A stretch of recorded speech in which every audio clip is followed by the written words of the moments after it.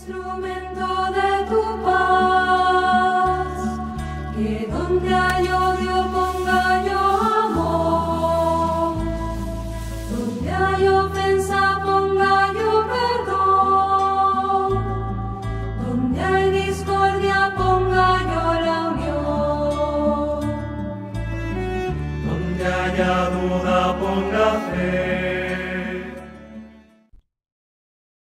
Hola, buenas tardes.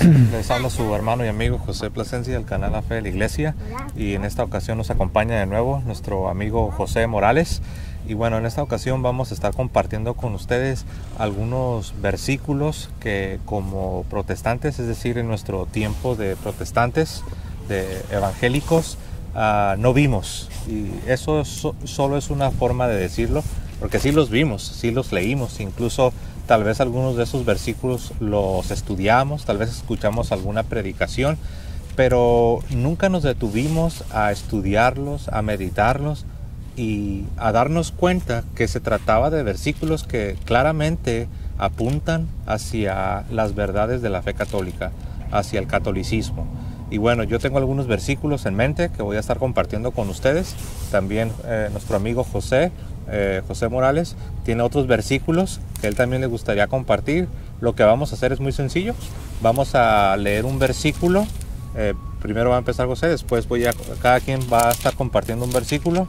Lo va a leer él y él nos va a compartir qué era lo que él pensaba de ese versículo, o qué es lo que le enseñaron, o lo que escuchaba, o cuáles eran las explicaciones que en su iglesia protestante eran populares. Y después él va a compartir con nosotros cómo se dio cuenta en su proceso de conversión o de regresión a la iglesia de Cristo, a la iglesia católica, cómo sus ojos cómo se fueron abriendo y cómo se fue dando cuenta que en la realidad se trata de versículos que son, por decirlo así, son muy, pero muy, muy católicos. Y bueno, pues primeramente vamos a dar oportunidad a José. José, ¿qué tal? ¿Cómo estás primeramente? Muy bien, José. Gracias. Bonito día, hermoso Sí. clima. Sí, pues aquí tenemos nuestros lentes porque está haciendo mucho sol, ¿verdad? Sí, ¿verdad? El sol está frente a nosotros. No crean que queremos aparecer como de incógnito. Tenemos el sol frente a nosotros. Y por eso es que traemos nuestras gafas el día de hoy. Bueno, José, pues contento de que estés otra vez con nosotros. Y sí, bueno, gracias. Vamos a dejar que nos compartas el primer verso que nunca viste como protestante. Pues el primero, el que yo ignoré, la verdad, fue el de Juan 6, casi todo el capítulo. Pero el versículo que más me impactó fue el versículo 55. Juan 6, versículo 55. Okay. Y dice: mi carne es verdadera comida y mi sangre es verdadera bebida. Y sigue: el que come mi carne y bebe mi sangre permanece en mí y yo en él. Entonces para mí ese fue el que pues yo tenía que evitar, yo tenía que ignorar, tenía que rechazar totalmente, porque no me quería ser católico. Sabía que en la iglesia católica se creía en la presencia real de Jesús en la Eucaristía. Entonces, para mí aceptar esto y verlo y meditarlo sería regresar a la iglesia católica. Y yo por eso, pues, en lugar de meditar y quedarme en este versículo, en casi todo este capítulo, me lo salté. Entonces, es impactante, ¿no? Ver cómo Jesús lo dice muchas veces. En todo el capítulo 6 lo dice una y otra, diciendo que Él está presente, Él quiere estar presente con nosotros por medio de la Eucaristía. ¿Te tocó escuchar algunas interpretaciones alternas, por decirlo así? ¿Algún pastor, algún sermón? ¿Qué se enseñaba sobre este pasaje de comer la carne y beber la sangre de Jesucristo? ¿Cómo lo entendían? Realmente no lo enseñaban, lo ignoraban totalmente, pero cuando así rara vez lo mencionaban, era para decir que era simbólicamente. Se quedaba como una presencia espiritual, pero que Él no estaba ahí tal y cual como nosotros lo creemos. Se decía que era un símbolo Se creía todo menos lo que realmente, literalmente, y es interesante porque en las iglesias evangélicas o fundamentalistas ellos hacen mucho énfasis de que ellos se basan en la interpretación literal de la Biblia.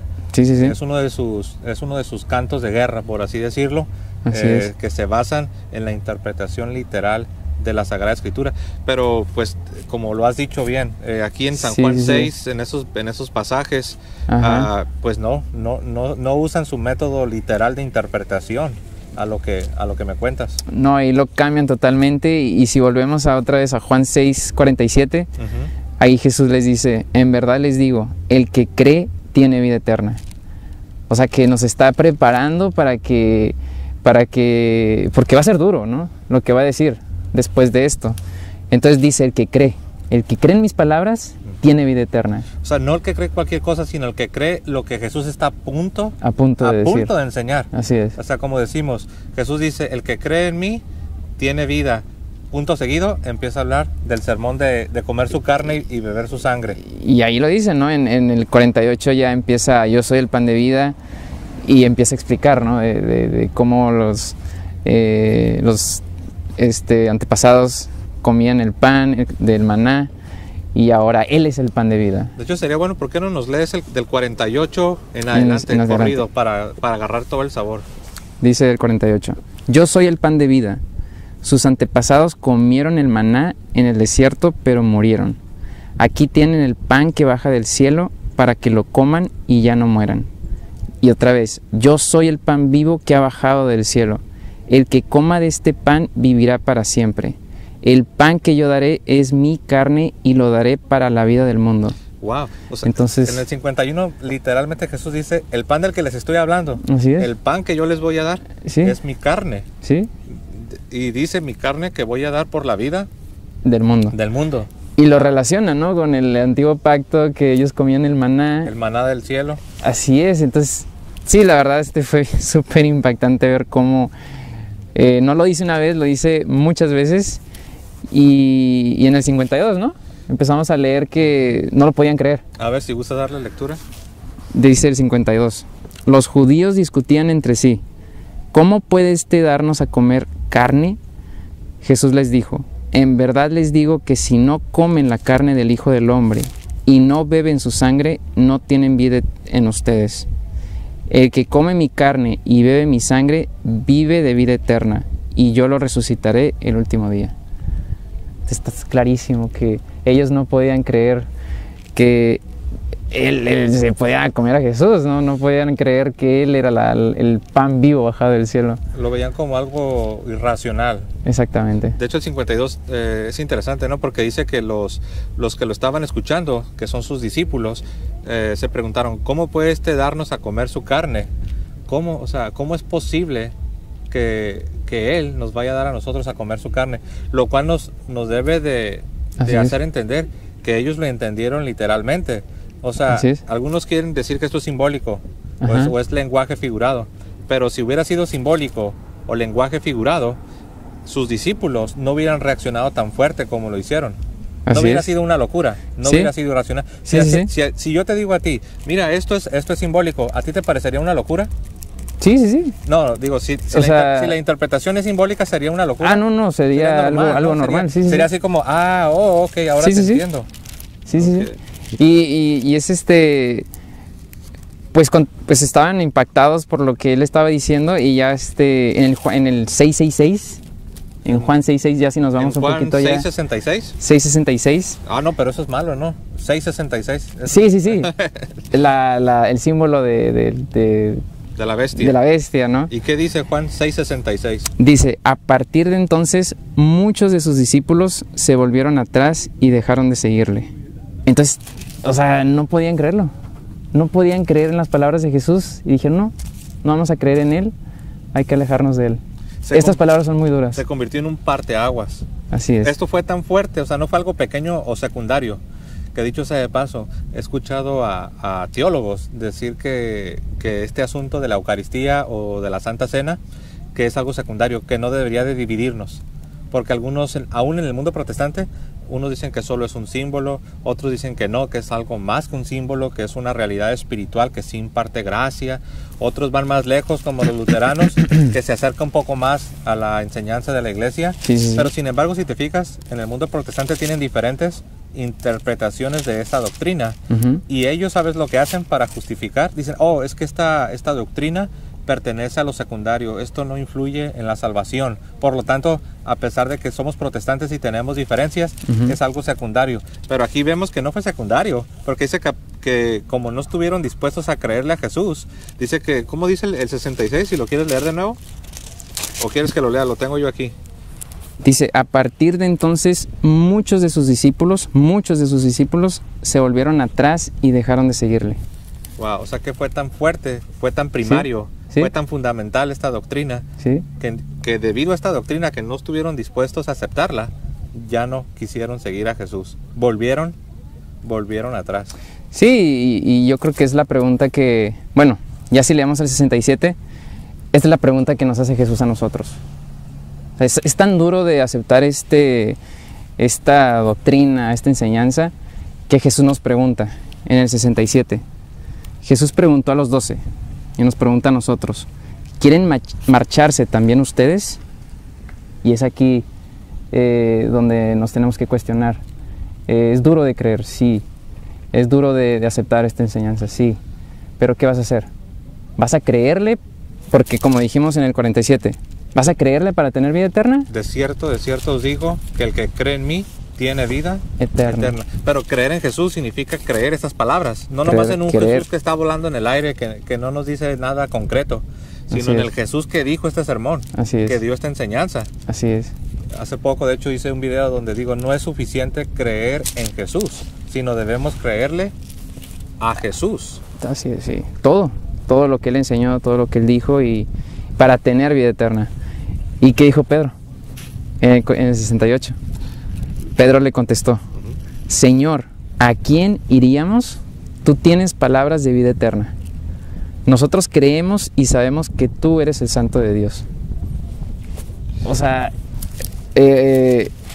dijo lo mismo, ¿no? Que dijo en el 47, el que cree tiene vida eterna. Y aquí, ¿a quién iríamos? Tú tienes palabras de vida eterna. Y es interesante que Pedro no dijo, yo lo entiendo todo. Porque estoy seguro que tal vez Pedro y los demás estaban igual, no entendían bien a qué se refería, sin embargo se aferraron a las palabras de Jesús. Le dijeron, pues Señor, lo único que sabemos es que lo que tú hablas es verdad y que tú tienes palabras de vida eterna. Es por fe, ¿no? Sí. De hecho, a mí un protestante me preguntó, es que no entiendo cómo tú, José, puedes entender aquí en tu mente que lo que estás comiendo cuando recibes la Eucaristía, no puedo entender cómo le haces para en tu mente tener la certeza de que eso es la carne de Jesucristo. A lo cual yo respondí, yo lo creo por fe. Muy similar a la respuesta de Pedro, pues ¿a quién más voy a ir? ¿A quién más le voy a creer? Si lo que habla Jesús son palabras verdaderas, palabras de vida. Sí, yo creo que la pregunta es esa, ¿realmente tenemos nuestra fe en Jesús? Porque es duro creerle a Jesús. Tal vez tenemos nuestra fe en la interpretación de alguien más. Sí, o lo que nos conviene. Realmente que queremos creer nomás en lo que nos conviene y excluimos lo que es duro de creer, pues. Porque implicaría un cambio de vida. Para mí fue salirme de una iglesia que yo estaba bien a gusto y entrar a una iglesia donde yo estaba con miedo, pues, con muchas dudas, y tener que perder todas mis amistades para encontrarme solo en un lugar donde no sabía qué iba a pasar. Había un precio que tenías que pagar. Era un sacrificio bien grande. Ibas a perder tus redes sociales, tu sentido todo. de comunidad, tu servicio. Seguramente tú estabas sirviendo, ya, por decirlo así, tenías ya toda tu vida ordenada, y hacerte católico significaba crear por decirlo así, un cierto caos, al menos provisional, pero ibas a perder mucho. Sí, entonces es eso, pues Jesús nos hace esa pregunta. Y a los católicos también, ¿verdad? Que estamos cómodos y que no queremos profundizar, nos hace lo mismo, ¿no? Nos pregunta lo mismo. ¿A quién irían ustedes? Muy bien, no sé si tengas otro comentario antes de que yo vaya al siguiente pasaje sobre tu versículo que has escogido. Pues fue el más impactante.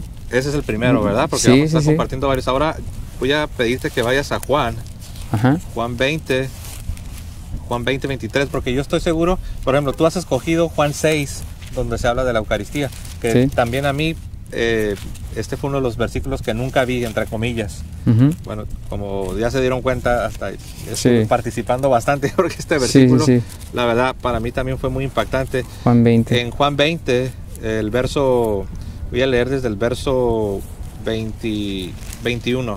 21. Ok. Juan 20, 21 y lo voy a leer. Tengo la Reina Valera, a propósito estoy utilizando la Reina Valera 60 para que nuestros hermanos separados que nos escuchan, para que ellos puedan también darse cuenta que en su misma versión, en la Reina Valera 60 para los que la usan, Sí. aquí José Morales, él tiene la Biblia católica. Sí. Y yo voy a leer desde el verso 21 al 23. Ujú. Entonces Jesús les dijo otra vez: paz a vosotros, como me envió el Padre, así también yo os envío. Y habiendo dicho esto, sopló y les dijo: recibid el Espíritu Santo. A quienes remitiereis los pecados, les son remitidos, y a quienes se los retuviereis, les son retenidos. Aquí en el verso 23 utiliza la palabra remitir, que significa perdonar. Y claramente está diciendo: a quienes ustedes perdonen los pecados, les son perdonados. Y a quienes se los retuviereis o se los retengas, les son retenidos. Entonces, este versículo, si uno lo quiere aplicar en el mundo protestante, por ejemplo, en alguna iglesia bautista, Ujú. en el caso mío, ¿no?, que fui bautista, pues qué aplicación, qué significa eso de que Jesús le dijo a los ministros que si los ministros perdonan pecados, quedan perdonados, y si los ministros retienen los Serán pecados, retenidos. quedan retenidos. En otras palabras, si no perdonan los pecados, no son perdonados. ¿Qué significaba esto en mi iglesia bautista? La respuesta es, la verdad, pues no significaba nada, no había una aplicación, porque en mi iglesia bautista los ministros, los pastores, porque no hay sacerdotes. De hecho, ahí está la explicación, ¿no? Este sí, sí. sentido de perdonar pecados solamente tiene sentido cuando hay un sacerdocio. Si no hay un sacerdocio, no, en el lenguaje bíblico, si uno va al Antiguo Testamento, siempre que se habla del sacerdocio es en relación a la absolución, es en relación al perdón de pecados. Pero en las iglesias bautistas no hay un sacerdocio ministerial, no hay un sacerdocio, porque sabemos que la Biblia dice que toda la iglesia, todo el pueblo es un sacerdocio, como lo era el pueblo judío en el Antiguo Testamento, no nomás los de la tribu de Leví, no nomás los levitas, sino que todas las tribus, todo el pueblo de Israel eran un sacerdocio para Dios. Lo mismo es en el Nuevo Testamento, toda la iglesia, todo el pueblo de Dios ejerce un sacerdocio, pero hay un sacerdocio especial, hay un sacerdocio específico, así como lo fue en el Antiguo Testamento, que toda la nación judía eran real sacerdocio, pero también había un sacerdocio especial. Lo mismo es en el Nuevo Pacto, en la Nueva Alianza. Todo el pueblo, toda la iglesia ejerce un sacerdocio, pero también tenemos un sacerdocio especial. Ahora, cuando entendemos este asunto del sacerdocio, es cuando uno viene y lee este versículo de que a quienes ustedes les perdonen los pecados, les quedan perdonados, y a quienes ustedes no se los perdonen, no les serán perdonados. Entonces tiene sentido. Pero en la iglesia bautista donde yo estuve, a la que yo pertenecí por 20 años, no teníamos sacerdotes. Y este versículo de perdonar pecados siempre me resultaba extraño, me resultaba como que no le encontraba, como cuando estás armando un rompecabezas y de repente encuentras algunas piezas que no pertenecen a ese rompecabezas y las tratas de poner, pero no hay un lugar donde quepa esa pieza. ¿Por qué? Porque pertenece a otro rompecabezas completamente diferente. Yo leía este versículo y siempre se me quedaba en la mente, y sí, la verdad, sí pensaba en este versículo, pero no por mucho tiempo. Ya después como que lo haces a un lado, pero son de esos versículos que como protestante, como pentecostal, como bautista, los lees y como que se te quedan dando vueltas y como que no encuentras una explicación y ya después terminas olvidándolo. Entonces este versículo de perdonar pecados fue un versículo que verdaderamente me impactó bastante. Sí, para mí también. Yo me acuerdo que leí este versículo y dije, la confesión de la Iglesia Católica, y no, o sea, no lo puedes negar. Es exactamente lo que dice ahí, es lo que hacen los sacerdotes de la Iglesia Católica. De hecho, esa sería una buena pregunta, ¿no? ¿Qué iglesia sobre la faz del planeta Tierra es la iglesia que tiene un sacerdocio donde tienen una absolución, donde tienen un perdón de pecados. Ahora muchos dicen, bueno, sí es cierto, aquí habla de perdonar pecados, pero aquí no habla de confesión. Pero está implícito, porque ¿cómo Jesús le va a decir a sus apóstoles, a quienes tú perdones los pecados, les son perdonados, y a quienes tú no se los perdones, pues no les serán perdonados? Pero tú, para perdonar pecados, obviamente necesitas, para tomar una decisión, si absuelves o no absuelves, si perdonas o no perdonas, tienes que escuchar. Sí. Porque uno puede preguntarse, a ver, Jesús está diciendo que a quienes tú perdones los pecados, les quedan perdonados, y a quienes tú no se los perdones, no les serán perdonados. Pero para que tú puedas tomar esa decisión, te es necesario saber de qué estamos hablando, ¿sí? ¿Verdad? Entonces, la confesión, el sacramento de la confesión está aquí, y obviamente nadie puede tomar una decisión si perdonar o no perdonar los pecados si la persona no conoce los pecados. En este caso, si el ministro, si el sacerdote no conoce los pecados de la persona. Entonces... Sí, lo bonito es de que, por ejemplo, si leemos el 21, antes de que les dijera de recibir el Espíritu Santo y el perdón de los pecados, dice Jesús les volvió a decir, la paz esté con ustedes. Como el Padre me envió a mí, así los envío yo también. Entonces, como que la manera de llevarnos esa confesión de pecados es a la paz. O sea, nos quiere Jesús dar la paz. Por eso, antes de decirle a sus discípulos sobre el perdón de los pecados, les dice eso, la paz esté con ustedes. Reciban la paz que yo les doy. Como el Padre me envió a mí, así los envío yo también. Entonces los está preparando de que para eso es la confesión, para que nosotros estemos en paz, para que nosotros nos sintamos descargados, realmente otra vez, empezar de nuevo, como entrar después de ensuciarnos, entrar a bañarnos y limpiarnos de todos esos pecados. Y de hecho así era en el Antiguo Testamento, ¿no? Por ejemplo, muchos dicen, no, es que solamente tú tienes que entrar a tu cuarto y arrepentirte y hablar directamente con Dios, lo cual es una verdad a medias, porque sí lo tenemos que hacer eso. No nomás es entrar al confesionario y así como si fuera algo mágico. No, tiene que haber, la iglesia requiere que tiene que haber la disposición correcta del corazón, tiene que haber una contrición, tiene que haber un arrepentimiento, un quebrantamiento. Por ejemplo, David, el rey David, en el Salmo 51 vemos ahí su arrepentimiento, pero ahí no acabó la historia. O sea que sí es cierto, cuando nuestros hermanos separados nos dicen que tú puedes arrepentirte y hablar directo con Dios, eso el católico lo hace. El católico lo hace, pero esa no es toda la historia, porque David, después de que se arrepintió, David fue con el sacerdote y presentó su ofrenda y confesó su pecado.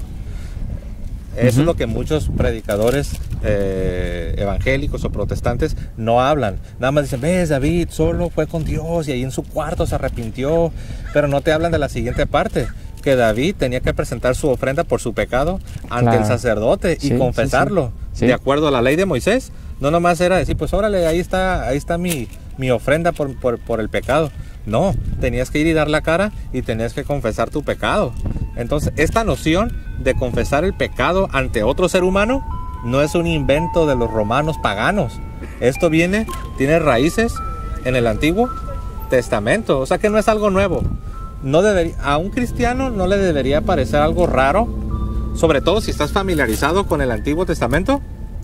Debería de sonarte como, oye, eso suena familiar, esto que los católicos hablan de ir con otra persona y confesarle tu pecado. Eso suena como cuando uno iba con el sacerdote y uno llevaba su ofrenda y uno confesaba su pecado y el sacerdote te daba la absolución. O sea, eso es bíblico. Sí, muchas veces, yo como cuando era protestante, como que pensaba que el Antiguo Testamento ya llegó a su cumplimiento y ya era algo aparte totalmente del Nuevo Testamento. Como que no quería unirlo, no quería conectarlo. Como que se desecha la riqueza. Ahora sabemos que es cierto, estamos bajo un nuevo pacto, un pacto mejor, un pacto mucho más excelente. Sin embargo, no significa que la revelación que Dios nos ha dado en el Antiguo Testamento no significa que todo se aventó, por decirlo así, a un bote de basura y que ya no sirve. Sí, pues es como decir que Dios cambió de opinión. Exacto. Dios como que dijo, estuvo totalmente mal y ahora me gusta algo diferente. No, me parece que Jesús lo lleva a la plenitud, ¿no? Lo lleva a su plenitud. No es un Sí. desecho, sino es un complementar. Es llevarlo, como tú lo has dicho, llevarlo a su plenitud, a su perfección. Es algo que va en aumento y que alcanza su clímax cuando viene Jesucristo. Sí, sí, sí. Mira, antes de que tú vayas Sí, a claro, tu claro, siguiente claro. pasaje, rápido quiero leer en Santiago, en el capítulo 5 de Santiago, que habla también de confesión. Y habla de confesión también en el contexto de los ministros de la iglesia. Ujú. En Santiago capítulo 5 voy a estar leyendo yo el versículo 16. Santiago 5:16. Ok. Confesaos vuestras ofensas, en otras traducciones dice pecados. Confesaos vuestras ofensas, vuestros pecados unos a otros, y orad unos por otros, para que seáis sanados. La oración eficaz del justo puede mucho. ¿Cómo dice ahí en esa traducción? El 16. Reconozcan sus pecados unos ante otros y recen unos por otros para que sean sanados. Ok, entonces aquí está hablando de una confesión. Ahora, una vez un protestante me dijo, pero aquí dice unos a otros, y cuando tú vas con el sacerdote, él no te lo confiesa a ti.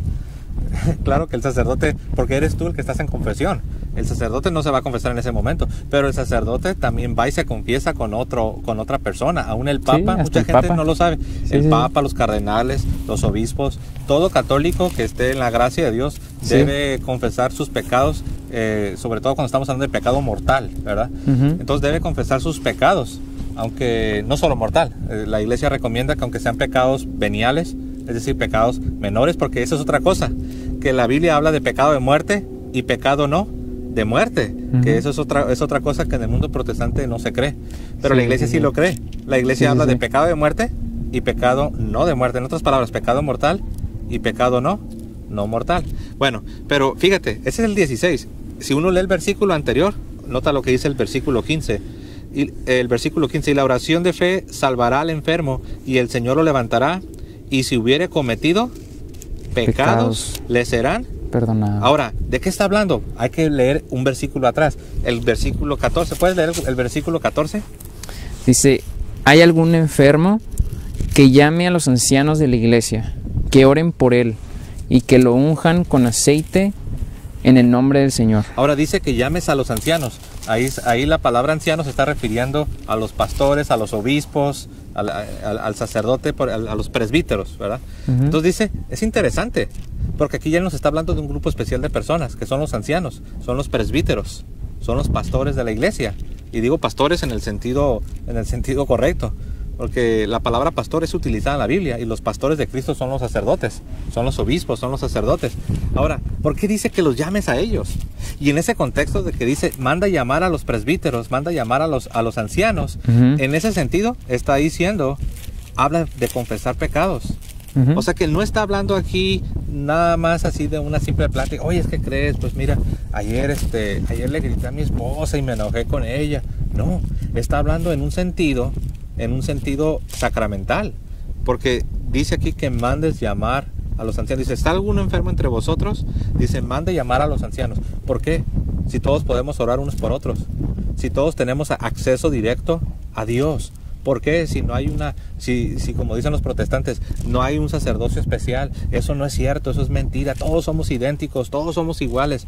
Pero aquí Sí, dice sería la que pregunta. mandes llamar A los ancianos. Y el siguiente versículo dice, y la oración de fe salvará al enfermo, y el Señor lo levantará, y si hubiere cometido pecados, le serán perdonados. Fíjate, la última línea del versículo 15, la última línea dice, si hubiere cometido pecados, le serán perdonados. Y nota la siguiente palabra en el 16, confesaos vuestras ofensas o vuestros pecados, confesaos vuestros pecados unos a otros, practiquen la confesión.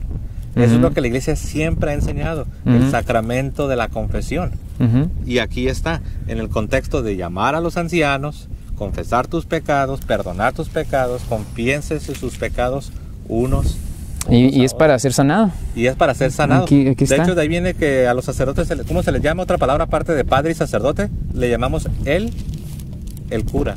Ah, ok. Si has escuchado, Sí, te sí, dicen sí. el señor Sí, cura o el cura, el pues cura. de ahí viene el que cura por medio de su ministerio sacerdotal. Nuestras almas son curadas. nuestro corazón, nuestra alma es sanada por la gracia de Dios utilizando el ministerio sacerdotal. Por eso decimos el Señor cura, porque ellos ministran esa curación para nuestras almas. Sí, pues es una bendición, ¿no? Es una practicar tremenda la confesión y otra vez para sentir esa paz, esa paz de ¿sabías Jesús? que en el griego de la Biblia la palabra confesar significa acusarte a ti mismo públicamente? Es una autoacusación pública. Por eso hasta los historiadores protestantes saben que lo que voy a decir es verdad. Por eso en el mundo protestante los historiadores, los teólogos, ellos saben que al principio se practicaba la confesión pública delante de la congregación, delante de la iglesia, delante de las personas. Cuando eran pecados mortales, sobre todo pecados que eran muy públicos, que habían manchado el nombre, públicamente había una confesión. Y entonces el sacerdote, el ministro, otorgaba la absolución en el nombre de Dios, con la autoridad que Dios y la iglesia le da el perdón de pecados y es restaurado. Es algo hermoso. Sí, qué interesante. Por eso también se le llama el sacramento de la reconciliación. Pero bueno, para no abarcar demasiado tiempo, vámonos a tu siguiente versículo, el siguiente versículo que nunca viste. Pues para mí está sencillo, nomás que... ¿Qué pasaje es? Es Juan 10, empezando en el 11. Okay. Para mí, pues cuando estaba leyendo este versículo, yo recuerdo que pues estábamos yendo a muchas iglesias y estábamos viendo que muchos pastores estaban bien enfocados en el dinero, bien enfocados en pedir diezmos, en hacer cosas con el diezmo y yo estaba leyendo este versículo. Vamos a leerlo. Okay. Dice: yo soy el buen pastor. El buen pastor da su vida por las ovejas. No así el asalariado, que no es el pastor, ni las ovejas son suyas. Cuando ve venir al lobo, huye abandonando las ovejas, y el lobo las agarra y las dispersa. A él solo le interesa su salario y no le importan nada las ovejas. Y otra vez: yo soy el buen pastor y conozco a los míos como los míos me conocen a mí. Lo mismo que el Padre me conoce a mí y yo conozco al Padre. Y yo doy mi vida por las ovejas. Okay. Entonces a mí me impresionó mucho. Cuando estaba leyendo este pasaje, se me venía a la mente todos esos pastores que pedían pues enfrente de la congregación que se levanten pues con el que tenga $1,000, el que tenga $2,000 y... ¿Te tocó estar en una congregación así donde...? Sí.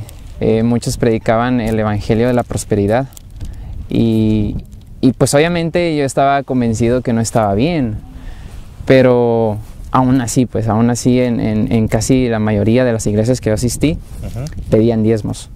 E incluso si tú querías trabajar ahí, ellos tenías que firmar una parte donde tú tenías que dar el 10%. Era un requisito para participar, para trabajar en la iglesia, porque yo quería trabajar ahí con ellos. Entonces yo estaba leyendo esto y es clarísimo, pues dice primero que Jesús es el buen pastor, pero hay otros pastores que nomás lo único que quieren es por el dinero, es trabajar por el dinero, realmente no están para cuidar las ovejas. Y dice, pero cuando viene el lobo, cuando ellos ven venir el lobo, los problemas, dice, huye abandonando las ovejas, y el lobo las agarra y las dispersa. Y ahí dice, a él solo le interesa su salario y no le importa nada las ovejas. Entonces eso pasó conmigo, eso yo lo vi, que muchos líderes, muchos pastores, cuando tenían problemas, de hecho, se dividían, pues.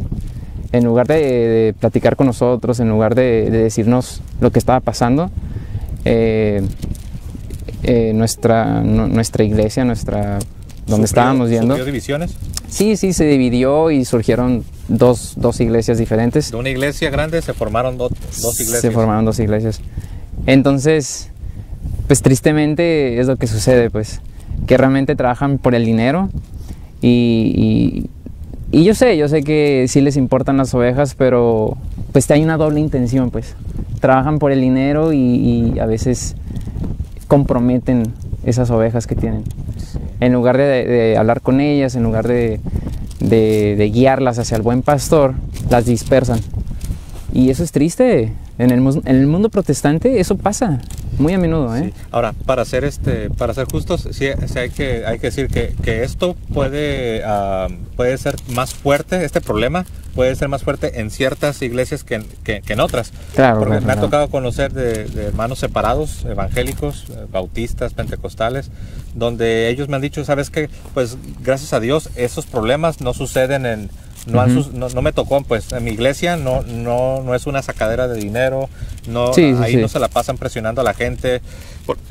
Por ejemplo, mira, hay algo que yo quiero decir, que algunas veces personas cuando ven que alguien denuncia este tipo de situaciones, algunas personas dicen, es que eso dices tú porque tú eres una persona mezquina, eres una persona no generosa y en la realidad a ti no te gustaba dar el diezmo, no te gustaba ofrendar y por eso ahora te estás quejando.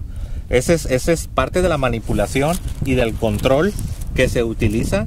Tristemente, muchas veces se utiliza este argumento desde los púlpitos para hacer sentir culpable a las personas, para poner una carga de conciencia en las personas. Es una manera de torcer, el brazo y hacer sentir a la persona miserable y culpable y sucia por el solo hecho de estar meditando de que, oyes, pues sí es cierto, aquí puro dinero y dinero y dinero y dinero. Y muchas veces, aún desde los púlpitos, se utiliza ese argumento. Te hacen sentir miserable y que si, en la realidad no es así. Es de que sí hay abusos y sí hay iglesias, ya lo dijimos, no en todas, pero sí hay muchas iglesias donde se está exprimiendo y se está explotando a las personas. A mí me tocó, mira, en mi tiempo de protestante, yo diezmaba y daba ofrendas especiales. No nomás el diezmo. Aparte del diezmo, otras ofrendas especiales. Algunas veces llegamos a tener el diezmo más aparte 2 o 3 ofrendas especiales semanales. Wow. Entonces, ese no era mi problema. Yo diezmaba, yo ofrendaba y lo hacía para Dios. Eso hay que decirlo. Las personas que lo hacen, a pesar de que la práctica está mal y como muchas veces están explotándolos desde el púlpito, pero las personas que lo hacen, ¿por qué lo hacen? Para Dios. Lo hacen para Dios y ellos piensan que así es. Sin embargo, me tocó a mí escuchar, había quienes usaban el famoso pasaje de Malaquías 3:8 al 10, donde empieza a hablar, donde por medio del profeta, Dios le dice al pueblo judío que no estaban pagando sus diezmos, que era un diezmo completamente diferente. Es que el diezmo era el impuesto para la nación judía. Y cuando ellos dejaban de pagar sus impuestos, pues era estar robando, como cuando un ciudadano no paga sus impuestos. ¿Cómo se le llama eso? Está robando, está siendo deshonesto. Pues hay un versículo en Malaquías 3:8 al 10, donde Dios por medio del profeta les dice, ustedes la nación toda, ustedes todo el pueblo, me han robado. Pues los pastores que utilizan esto del diezmo para exprimir a la gente, usan ese versículo. Y si tú no diezmas, y si tú no eres generoso, sobre todo si no diezmas, tú le estás robando a Dios. Cuando en la realidad el diezmo del que se está hablando es un diezmo que no tiene nada que ver con la nueva alianza, con el nuevo pacto. Era el diezmo que se entregaba a los sacerdotes, a los levitas, porque ellos no podían dedicarse a las cosas seculares. Ellos vivían de las ofrendas. Ellos trabajaban en el templo, ofrecían su trabajo, su sudor, su ministerio, y con las ofrendas del pueblo, los diezmos, que eran muy particulares y había muchos tipos de diezmos, y podías recuperar el diezmo y el diezmo de diezmos. Todo esto no se habla en las iglesias evangélicas. Ellos nada más dicen, no, el 10%, pero sí utilizan versículos que le aplicaban al pueblo judío para sacarle y presionar a las personas a que tienen que dar el 10% de todas sus ganancias, siendo que sabemos que este asunto del diezmo judío, y estoy diciendo el diezmo judío, el diezmo de la ley de Moisés, el que dice ustedes la nación toda me han robado, ese es un diezmo que pertenece al antiguo pacto, a la antigua alianza. No estoy diciendo que el cristiano no debe ofrendar o no debe, inclusive si quiere diezmar, pero ya no está bajo la ley. Ya no está, ya no es una obligación. Exacto, no puedes decirle, ¿sabes qué? Si no das la 10ª parte de todos tus ingresos, le estás robando a Dios. Exactamente. No es así. Sí, bueno. y en eso nos atacan. Nuestros hermanos nos atacan, ¿verdad? Que dicen, no, pues es que ustedes también diezman, ustedes también tienen el diezmo. Y sí, en la Iglesia Católica, si tú quieres diezmar, puedes diezmar, pero no es obligatorio. no estás bajo una maldición de que le estás robando a Dios, no, nada de eso. Realmente es voluntario y realmente ni siquiera te dicen. En el misa a mí no me ha tocado que me digan. Yo sé que a muchos sí, pero realmente no es una obligación. Y bueno, lo que quería también decir de aquí es, si nos vamos al siguiente versículo, en el 14, en el 10:14, dice otra vez: yo soy el buen pastor y conozco a los míos como los míos me conocen a mí. Lo mismo que el Padre me conoce a mí, yo conozco al Padre y yo doy mi vida por las ovejas. Y el 16: tengo otras ovejas que no son de este corral.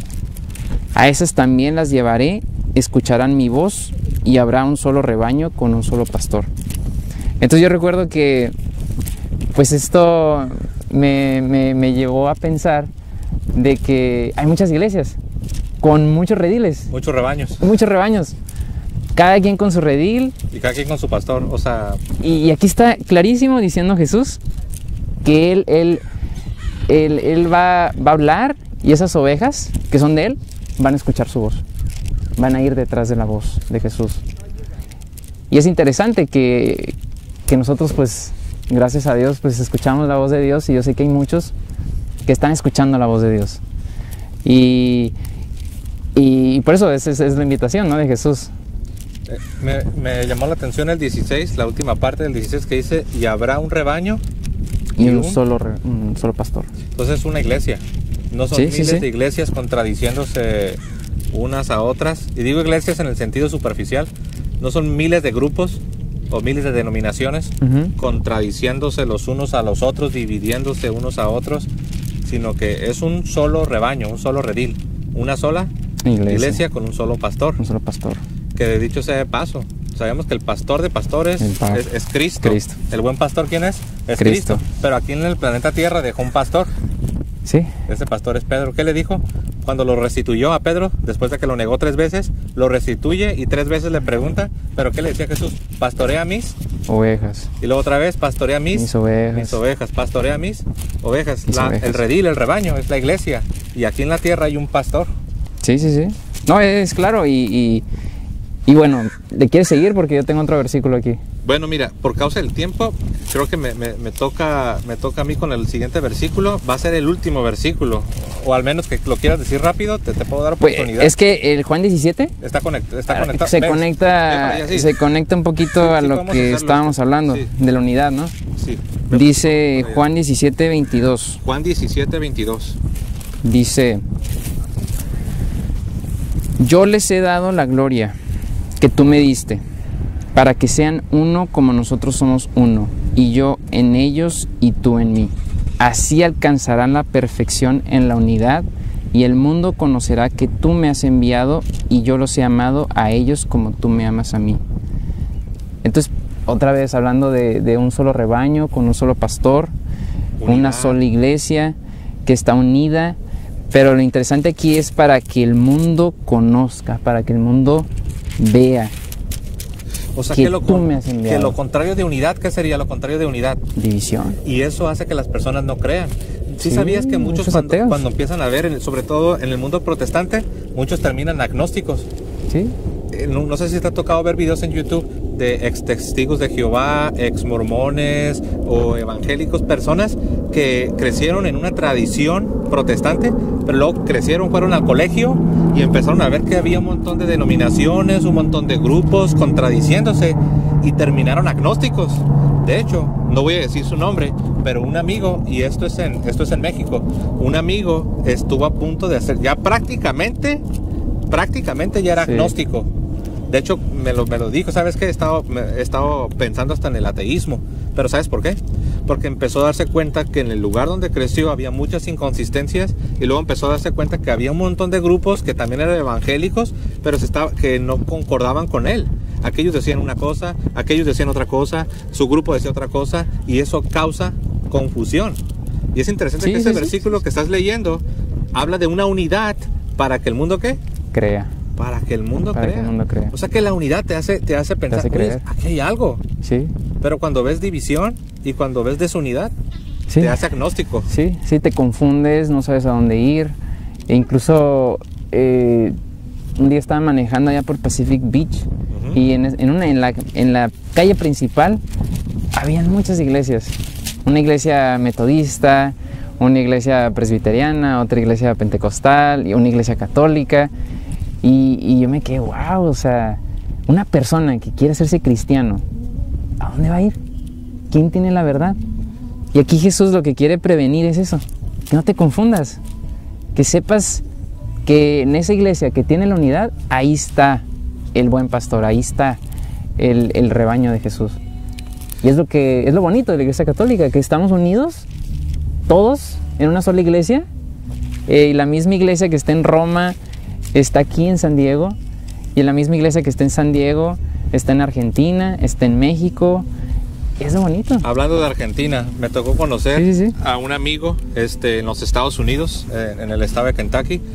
Ellos venían de Argentina y no estaban, la iglesia a la que habían llegado, no aceptaban el bautismo de su esposa, porque su esposa había sido bautizada en Argentina por una iglesia no denominacional. Y cuando llegó a los Estados Unidos, pasó a formar parte de la iglesia bautista. Pero ahí no le querían aceptar su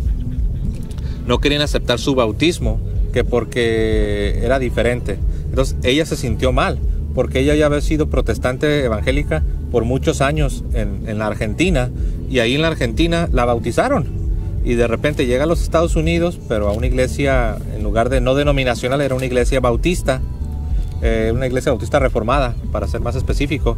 Y le estaban pidiendo que no, que tenía que ser bautizada de nuevo. Entonces ella decía, ¿cómo es posible? Entonces, para no hacer la historia muy larga, la volvieron a bautizar. Hablando de esta confusión de tantas iglesias, cuando yo estaba en el norte de California, estábamos nosotros, la iglesia bautista. Los de al lado, literalmente los de al lado, los vecinos de al lado, era la iglesia presbiteriana. Cruzando la calle estaba otra iglesia que se llama la Iglesia de Cristo, The Church of Christ. Church of Christ. Y a un costado estaba otra iglesia que se llamaba Iglesia Evangélica. Pero bueno, en una sola calle ya tenemos 4 iglesias. Oh, sí. Y nadie se hablaba, nadie se conocía, nunca teníamos compañerismo, o sea, cada quien en su mundo. Pero una vez me llamó la atención que nuestro vecino, el vecino de al lado, era presbiteriano. Y yo veía que cuando era la hora del servicio, de ir a la iglesia, nosotros llegábamos a nuestro parking, nos bajábamos con nuestras Biblias en las manos y nos íbamos a la iglesia. Y yo veía que los presbiterianos, porque el servicio de ellos también era a la misma hora, también llegaban rápido en sus carros con sus Biblias bajo el brazo. Y ellos se iban a su iglesia y nosotros a la nuestra. Nunca nos hablábamos, nunca, era como si no existiéramos. Y un día se me ocurre preguntarle al pastor de jóvenes. Le digo, oyes, ¿tú conoces al pastor de aquí de al lado? Me dice, no lo conozco. Le digo, ¿por qué? ¿Es nuevo o qué? No, dice, ellos llegaron primero que nosotros y nosotros ya tenemos 30 años aquí. Y yo, ¿y no conoces al pastor? Wow. No, dice, no lo conozco. Y me quedé callado, no dije nada. Después, eso fue el pastor de jóvenes. Después le pregunté ya al pastor principal de la iglesia la misma pregunta. Le dije, ¿usted conoce al pastor de aquí de al lado? Me dijo, no lo conozco. Entonces no podía creer que tenían 30 años ahí y sus vecinos eran cristianos de una denominación diferente y nunca habían cruzado palabra. Eso para mí fue un foco, como un foco amarillo, un foco amarillo que se encendió, palpitando, advirtiéndome que algo no andaba bien. Entonces, es que el evangelio de Cristo es el amor, es amarnos unos a otros, es tener comunidad, es no estar aislado del uno del otro, y más porque somos cristianos. Y lo que has leído, ¿no? La unidad. Sí. Es el propósito, es como el cuerpo, ¿no? Sí. El cuerpo está diseñado para estar junto, no para estar la mano allá y el pie por otro lado y la cabeza... Sí, la nariz por otro lado, la uña por otro lado. Los ojos allá o qué sé yo. Somos una unidad, ese es el cuerpo de Cristo, esa es la iglesia de Cristo. Pero bueno, para ganarle el tiempo vamos a ir a Primera de Timoteo. Primera de Timoteo, vamos a estar viendo el capítulo 3. Ok, primera, más bien sería, estamos acostumbrados a decir Primera de Timoteo, pero lo correcto sería Primera a Timoteo. Es la primera carta a Timoteo, el capítulo 3 y el verso 15. Aquí Pablo le escribe a Timoteo, Primera Timoteo 3:15, porque para que si tardo sepas cómo debes conducirte en la casa de Dios, que es la iglesia del Dios viviente, columna y baluarte de la verdad. Aquí Pablo le acaba de dar instrucciones a Timoteo y le dice a Timoteo, mira, te estoy dando estas instrucciones para que si tardo, si me demoro en mi visita que te voy a hacer, sepas cómo debes conducirte en la casa de Dios. Y luego dice que es la iglesia del Dios viviente. Y luego después dice, aquí en la Reina Valera 60 dice columna y baluarte de la verdad, que significa fundamento, pilar. ¿Cómo dice ahí en esta traducción? Dice, pero si me demoro para que sepas cómo debes portarte en la casa de Dios, que es la iglesia del Dios vivo, pilar y base de la verdad. Pilar y base es lo mismo, ¿no? Columna, baluarte, pilar, en otras traducciones dice fundamento. Entonces dice que la iglesia es el fundamento de la verdad. Ahora, este versículo me impactó porque, bueno, no es la Biblia. Porque yo estaba acostumbrado a escuchar una y otra vez que el fundamento de la verdad es la Biblia. Pero Pablo está hablando del fundamento de la verdad, del pilar de la verdad. Y yo estaba esperando que dijera la Biblia, pero no. Dice que el fundamento de la verdad es la iglesia. Así es. Para empezar, así de entrada, el fundamento de la verdad es la iglesia. Entonces, si el fundamento de la verdad es la iglesia, la pregunta obligada que uno tiene que hacerse es, ¿cuál iglesia? Porque si la iglesia es el fundamento, lo que sostiene la verdad, yo quiero estar en esa iglesia porque yo quiero estar en la verdad. Porque mira, el metodista dice una cosa, el bautista dice otra cosa, el congregacionalista dice otra cosa, el pentecostal dice otra cosa, el anglicano dice otra cosa, el luterano dice otra cosa, y así sucesivamente. Yo no quiero estar confundido. Yo no, como dijiste hace un momento, ¿cómo le hago yo para saber cuál de todos tiene la razón? Eso se llama relativismo teológico. Yo no quiero estar en un relativismo, no quiero terminar como mi amigo que estaba a punto de hacerse agnóstico. Yo quiero la iglesia que me va a dar las doctrinas bíblicas, la doctrina verdadera, o como muchos dicen, la sana doctrina. Yo quiero la verdad, yo no quiero que me estén engañando. ¿Te ibas a decir algo, perdón? No, que es que lo que no sabes es que es una iglesia invisible, José. Oh, una iglesia invisible. Sí, es que es una iglesia invisible. Eso es muy conveniente para, sobre todo cuando tienes muchas divisiones, ¿no? Así es, lo que tú no sabes. Pero es un poco ilógico, ¿no? Muy ilógico. Que sea invisible, porque todas tienen diferentes fes. Exacto, y se contradicen. Entonces, ¿cómo esas iglesias invisibles, o cómo esa iglesia invisible va a ser el fundamento de la verdad cuando se están contradiciendo los unos a los otros? Y y eso que acabas de decir, esa teoría la inventó Lutero.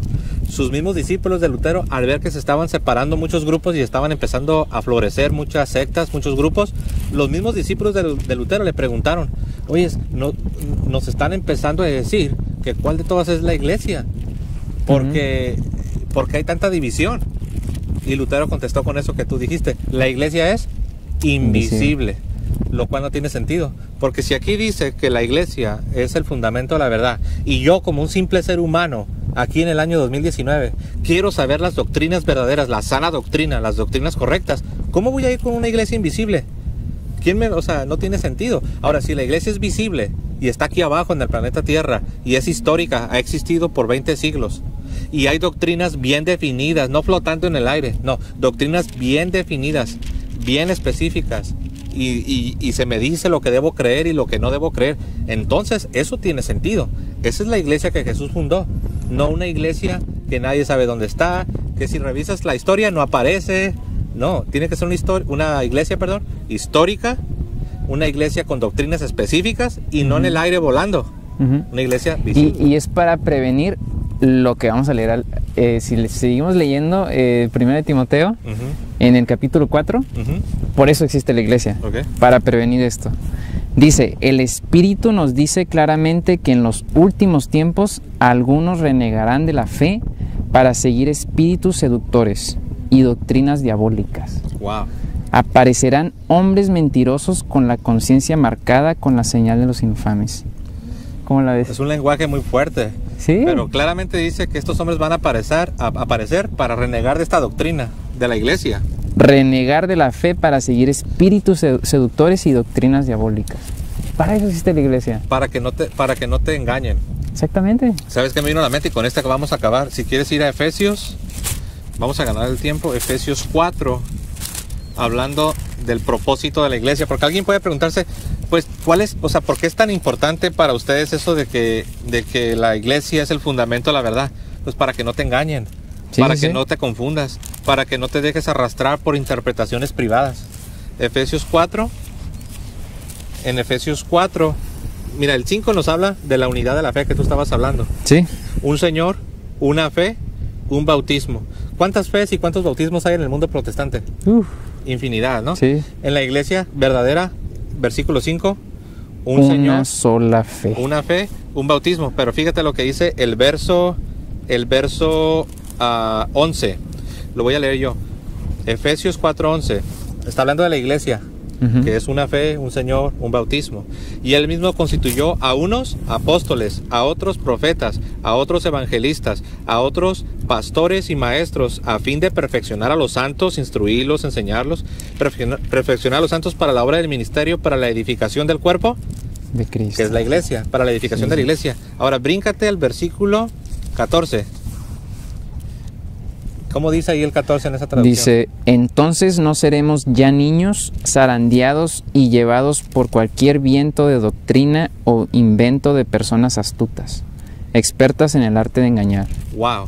En mi traducción dice, para que ya no seamos niños fluctuantes, llevados por doquiera, o sea, por todas partes, de todo viento de doctrina, por estratagema de hombres que para engañar emplean con astucia las artimañas del error. O sea que tenemos, como decía el versículo 11, a unos instituyó apóstoles, a otros profetas, a otros evangelistas, pastores y maestros para edificar al cuerpo de Cristo. Y en el versículo 14 dice, para que ya no seamos como niños fluctuantes, o sea que andan zarandeados, ahí dice zarandeados, ¿eh? Sí. ¿Qué es algo zarandeado? Como una hoja que el viento la trae para todas partes. Y ahorita soy pentecostal, y mañana soy bautista, y mañana soy presbiteriano, y antes yo creía que la salvación no se perdía, y ahora sí creo, y acá me dicen que predestinación, y acá me dicen que predestinación. Y eso no. eso sucede. En una persona que nace protestante empieza con una denominación y emigran. Y sí, son como nómadas, van de una a otra, y se cumple lo que dice aquí. Así es. Y claramente nos está diciendo que tenemos, porque si te fijas, todo lo que decía apóstoles, profetas, evangelistas, pastores y maestros, si te fijas, ¿cuál es el trabajo de todos ellos? Es enseñar, es instruir. Sí. Ahora, entonces, ¿qué está diciendo? Que en la iglesia donde hay un solo Señor, un bautismo y una fe, hay un grupo de personas que tienen una chamba. Estoy hablando en mexicano, ¿no? Sí, tienen un trabajo. Su trabajo es instruir al cuerpo de Cristo para que no los engañen, para que ya no sean llevados por todo viento de doctrina, zarandeados, como dice aquí, para que ya no sean fluctuantes, para que no se dejen arrastrar por hombres que emplean con astucia. ¿Cómo dice ahí esa parte donde habla de los hombres que usan llevados por cualquier viento de doctrina o invento de personas astutas, expertas en el arte de engañar? Wow. Entonces, la iglesia tiene un magisterio, porque magisterio significa maestros. La iglesia tiene un magisterio, es el magisterio de la iglesia católica. Y son los maestros autorizados para enseñar, para edificar al cuerpo, a la iglesia. ¿Para qué? Para que no nos engañen, para que no nos arrastren por todo viento, con todo viento de doctrina, para que no nos lleven zarandeados, para que no nos arrastremos por los errores de personas que salen con herejías, con falsas doctrinas. Sí. Y bueno, lástima que el tiempo se nos ha ido. Vamos a parar aquí, vamos a despedirnos, ¿verdad? Si te está escuchando un hermano separado, ¿qué consejo le darías a este hermano separado que te está escuchando? Pues siguiendo como lo que estamos leyendo, en 30 segundos. Para permanecer en la unidad en la fe y llegar al conocimiento de Dios, es importante permanecer en la iglesia de Cristo, que ha permanecido por 2000 años. Investiguemos cuál es esa iglesia, investiguemos por qué es importante permanecer en esa iglesia y ser objetivos. Muy bien. Así como investigamos investigar todas y ver quién tiene los mejores argumentos. Pues prácticamente decir amén a lo que José acaba de decir. Les invitamos, investiguen, no te dejes engañar. Algunos quieren decir, no, es que si investigas, pues también los católicos tienen su propia historia. No, hay algo que se llama fuentes primarias. ¿Cuáles son las fuentes primarias? Son los padres de la iglesia. Te recomendamos que busques las fuentes primarias, busca la historia, y estoy seguro que tarde que temprano encontrarás la fe de la iglesia, la fe católica. Gracias por su tiempo, que tengan un hermoso día y que el Señor les bendiga a todos. Hasta luego, hermanos.